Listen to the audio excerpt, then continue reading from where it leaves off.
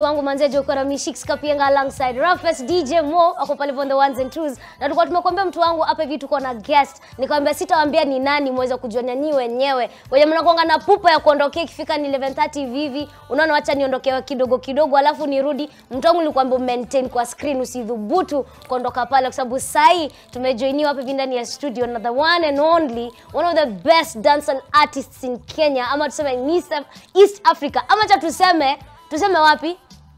Wote. Tuseme mbali sana. So nikwambia East Africa. Ama nikwambia Africa. Hapo tunasukumana nao. Tunasukumana nao, si ndio? Tuko na Waire the Love Child mtu wangu ama ni Waire the Love Child. Ametujana hapa hivi ndani ya NTV. Ni aje bro? Niko poa. Good to see you man. Good to see you. It's been a minute. Good to see you too.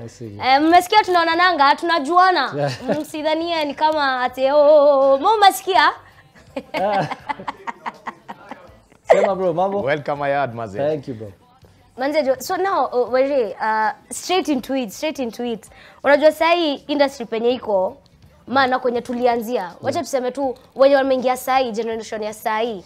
Yenye of course I know they know Waire. Yeah. But it's good at least they know where you started and when you started and what was the motivation. Well, man, it's been a long journey, man. The music industry has really come a long way. Back then, when we were releasing music, we do urban music kwa CD, utembelea station by station kwa unaona drop kwa reception ama unatafuta programs controller ndio iko kwa playlist uconsideriwe alafu ndio ichezwe.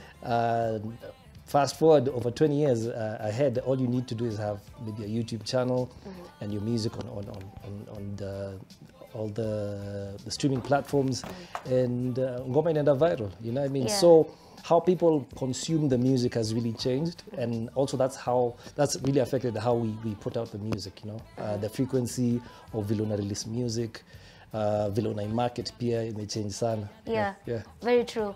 So wenye wako pale hivyo ananiuliza Shix Manzejo Waire, my younger sister ama pia watoto huko hivyo alianza na group ilikuwa inajiita ama the were two walikuwa wanajiita Necessary Noise back then. Yeye na Dame anajiita Nazizi.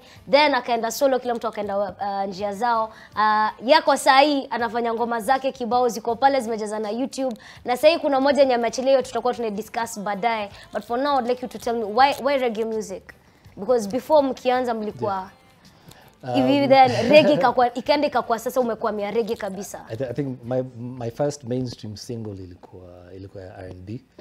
Alafu sasa tulipatana as Necessary Noise tukaanza kuexperiment sana na reggae na dancehall. So that side really took off. But I'll have you know I listened to reggae and dancehall for a long time growing up. My first album ever was a Don Carlos tape. Wow. You know. So I grew up on akina Harvest Time, akina nini. So unajua hizo, ndio? Yeah. Yeah, so just a passing glance. Yani, I was Don Carlos diehard fan. So I grew up listening to a lot of reggae. Came in the now dancehall, akina Yellow Man, akina Shabba Ranks, Nini Bones Americans. I even fell in love more with the music and started, you know, experimenting with the style. So that's how I learned how to pull off the lingo, you know, understand what they're saying, and try and fuse it with my style. Yeah. Yeah, and I fell in love with it. And that, for me, that's what really took off, because one, with Necessary Noise, one of the key things we loved to do at that age was passing a message. And there was no better way than to do it than doing it through reggae music. Wow, nice. Because there's a thing about reggae artists in Kenya. Yeah. Ikifika ni story na reggae unapata kila mtu anataka kuongea patois. Okay. So how hard is patois? And is it that hapa hivi Kenya artists wenye tuko nao ama actually artists wenye wanaongea kipatois ni ile imbo ya umbwakni ama ni patwa yenyewe? Because like for you I get umeishika umeipata. Okay, see sana. But I think the more you can pull it off the better. But one thing I learned when I went to Jamaica was the fact that what really caught their attention was when I was fusing it with Sheng, with Swahili. You know what I mean? Yes. So I'll pull off some few patois words like, yeah, your brother, you sound like you're from the yard, you know? Hey. You know? You from yard? So, but like when they hear the Swahili, that's when they're like, there's the authentic side they're happy that their culture has gone out of the Caribbean and impacted other nations, you know, positively. I mean, some of their biggest shows are here in East Africa when they come down. Okay. Kuna ngoma zao zingine zo shika hapa na hata zichezwi home. Ukweli. Unacheki. So I think as an artist, if you can pull off the patois lingo, why not do it? If you can do it as good as them, it's not a bad thing.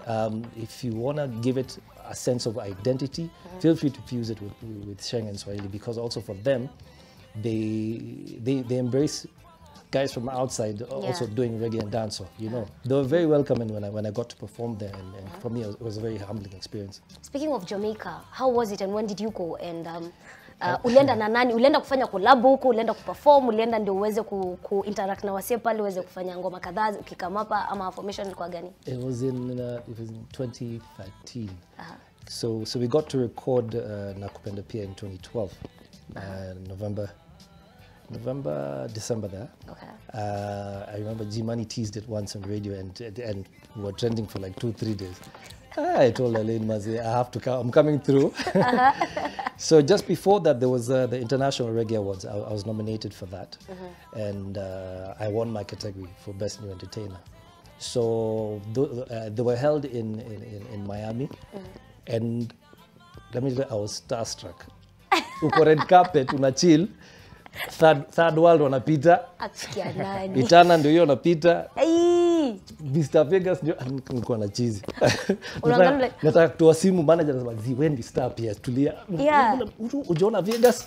Man, it's okay. Ujiona Vegas bana.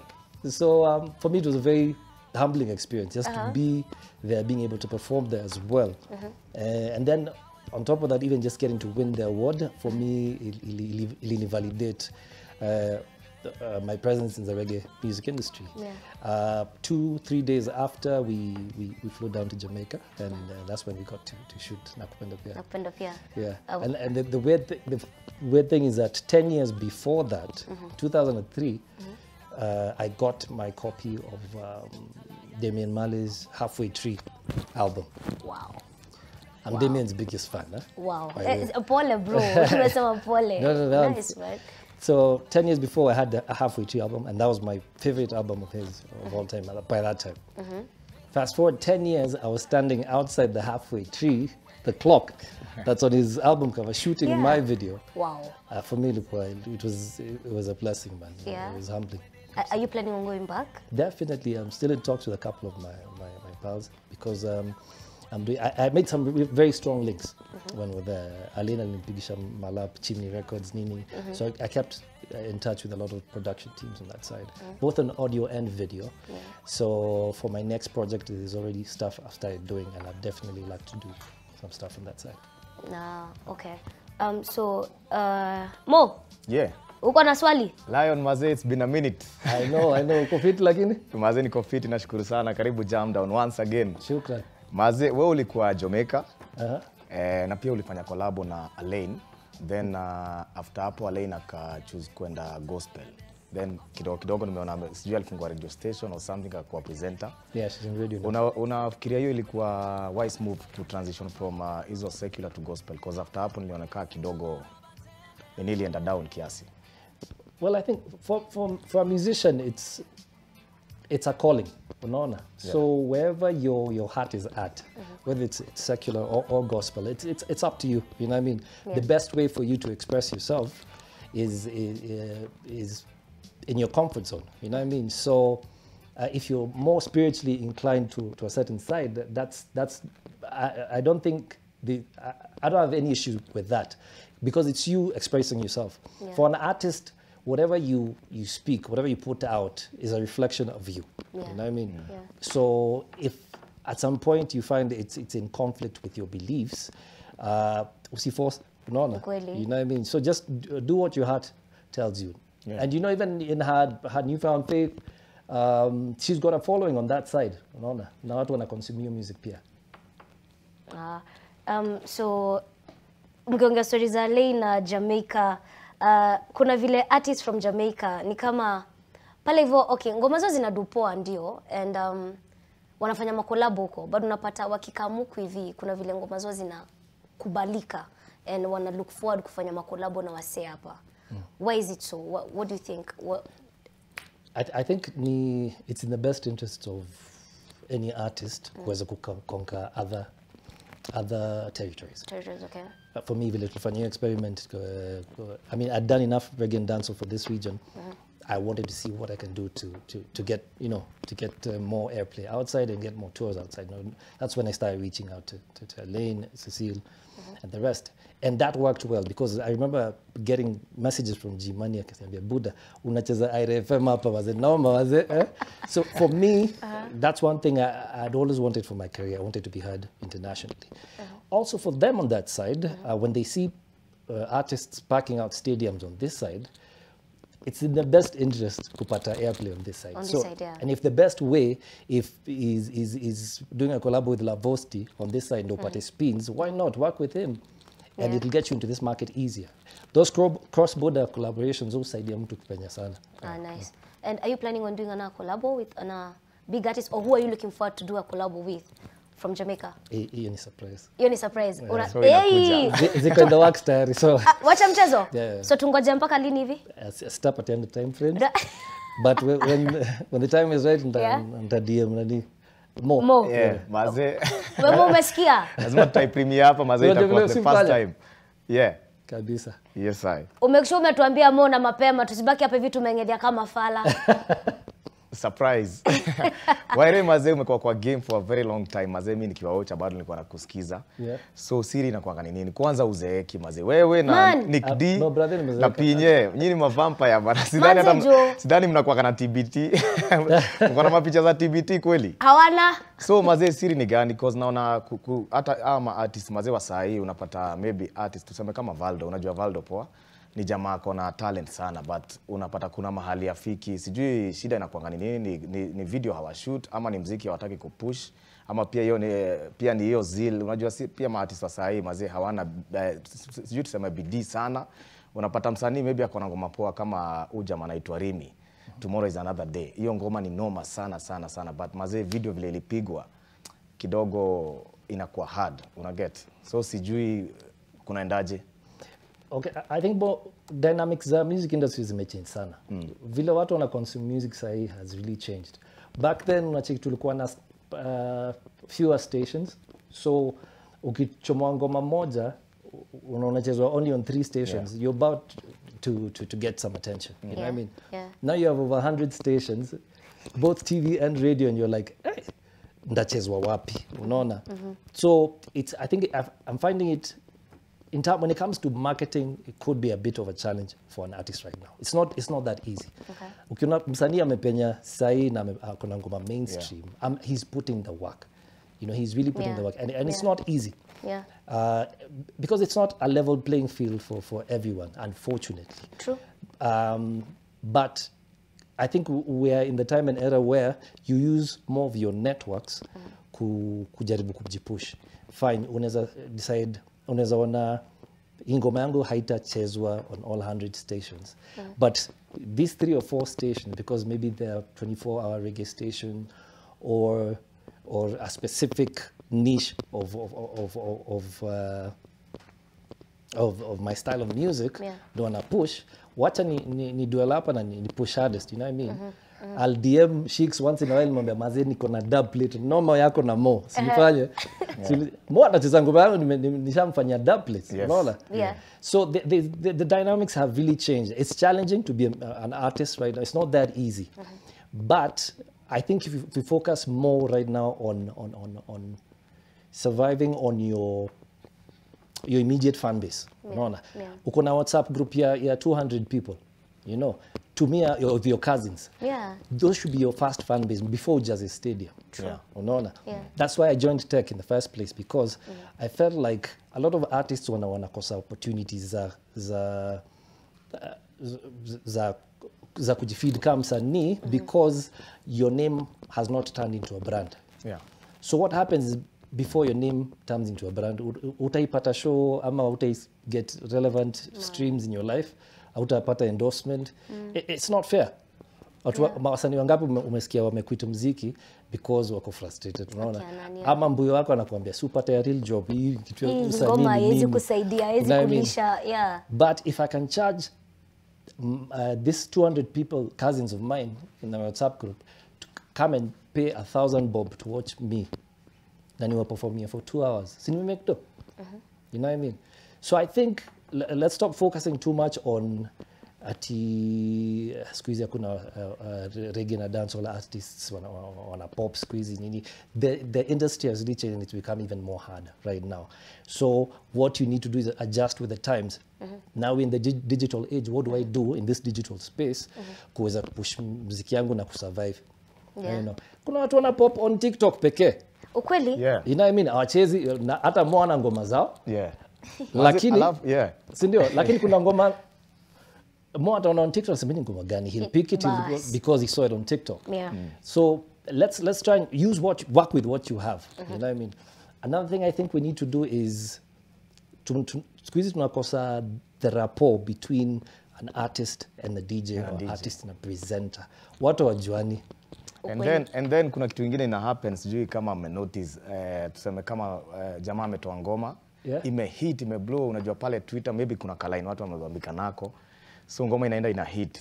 Huyu jamaa sijui anaanza kuwekwa vitu kwa kichwa, anaambiwa mazee wewe ni mnoma nini. So inakuwa hard kupigia huyo jamaa atashiki simu. Unasikia already ako na manager anakuambia nipatie 100k na ngoma ni moja. Una get? Na already ni bado sura yako haijaingia kwa wasee na wewe si brand. Una get? So I think pia hiyo inazuia sana msanii ku progress.